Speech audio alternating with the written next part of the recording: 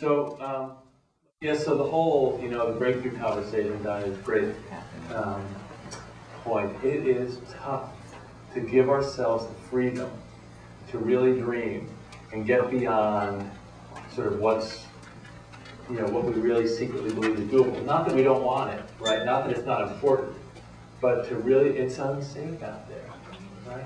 And so, we wonder, first, are we going to look foolish, right? Because it's, pie in the sky, all that stuff.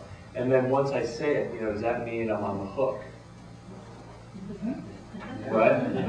Well, yeah, I mean, so it's important, I think, to distinguish that there's a lot of different on the hooknesses. Like, I promise to deliver because that's my accountability, is different from I'm committed to causing something to happen. I'm committed, I'm a stand, I know individuals that are a stand for solving world hunger. It's a commitment they live inside of.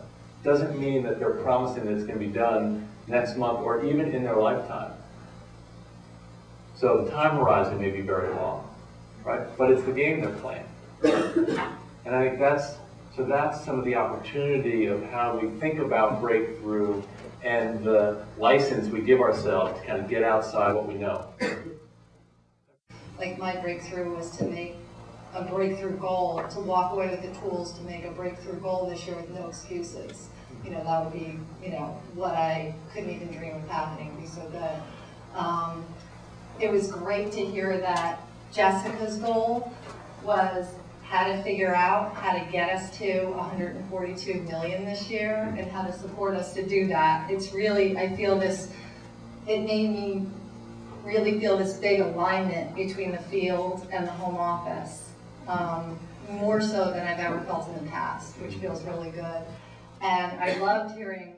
I think for you to consider, we often write things like this, think thoughts like this, and they remain external or they remain an aspiration.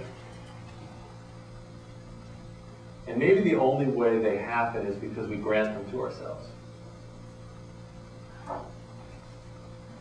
So maybe you are the leader that you can see as a possibility, and that's why you can see it. Maybe. Maybe the results are there to happen, and it's just a matter of us doing what we know, or what we'll learn by sharing what we know, sharing our experiences. Down again, I want to go back to ownership, stewardship, leadership, the ships. I think that one of the ships that we need to be on is really enabling you, we collectively enable you so you can go out there and do what you do with your clients. And together we all own what are we going to do to be the best at what we are. And one of the things that we're doing is we're going to create great information for you. So that was one of the things that I think is coming. Another thing, you'll all meet Ronnie. That should be one of your objectives over the course of these 3 days. Ronnie is our webmaster technology person, the kind of technology that gets delivered into your hands kind of person. And we are now working, this is not it, but this is just a stand-in. We're working on a website. And we're talking a lot about what do we need to do that really, again, gets our clients able to interact with us in a way that's really meaningful. I mean, do we do editorial content? Do we do how to design the perfect bath? Do we do what's the great bath towel? And then how do we get them to our product and to you so that they do some of the work for you? And then how do we provide a place online for you guys to interact? So I think one of the things that we hope will come out of this stuff that we're doing now that you'll see tomorrow is kind of a leapfrog over our competitors to have a better way to interact with them, with our clients. Are really working on creating client intelligence in our visits. I mean, we're spending a lot of time in the field. I know a lot of you have been asked to line up stuff for us whenever we're around. And among the questions we ask clients are, what do you like about what we have? And what can we do? What do you see coming? And so we're really trying to gather that. And we ask about tools specifically. We've been doing that probably for about a year now. To make sure that we can have a clear path to how we deliver our 2008 results. So the first concept is share of wallet. which is taking a look at which of your accounts you've got a low percentage of that account's total business, and looking for opportunities to grow within that account in 2008. Second concept is sales performance. So we talked about the theme of getting everybody above 750, and we'll give you an example on that. And the third one is taking a look at your product portfolio, and where are you under-indexed versus the company in trying to sell the total bath, and working with a price versus sales organization to kind of go develop that business as an opportunity for you to go deliver your growth plans for 2008. So I invite you to engage with the rest of the conference from, a real broad owner's view. And, and I think part of that is for all of us to challenge our own and each other's pre-existing beliefs. Because we're the ones that make it up. We're the ones that are going to make up how it's going to go. So we don't have to be limited by anything, really. So if the economy isn't in our way, begs the question, what is? So last year, so if we look at same-store sales in 07 versus 06, we were essentially flat, right? So this is the measure for how well we're performing in the marketplace year over year. And actually, if you go back over the last 3 years, we've essentially been flat across the business. So, not a great story, but not a terrible story. We've essentially been holding our own. And we've got a plan for 2008 that is 8% growth.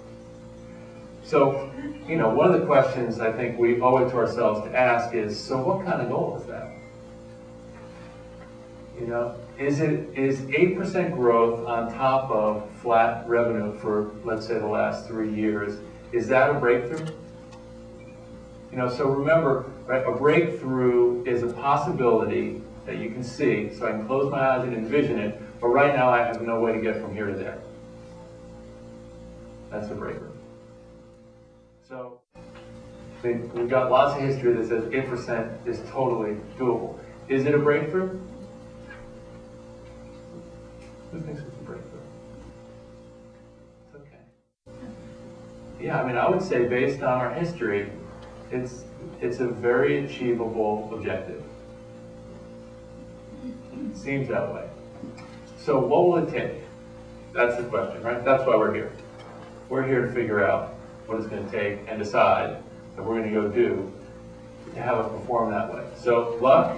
Anybody for luck as the primary approach to getting 8% growth? Yeah, that's the secondary. It doesn't hurt to be lucky, but you don't want that to be your first line of defense, right? Good luck would be good. How about doing the same thing over and over again, expecting a different result? We try that one. So that's the definition of insanity, right? Yeah, doing the same. So we don't want to do that on any scale, right? How about work harder, do better? Smarter, yeah. We don't want to do those things. So Nancy and I, last week, 2 weeks ago, had the chance, Berkshire puts on an executive conference every year and a half. And so we had the opportunity to go up to Boston and participate. It was, it was really terrific, and they had all kinds of great speakers together for the next couple of days. We're doing it to build.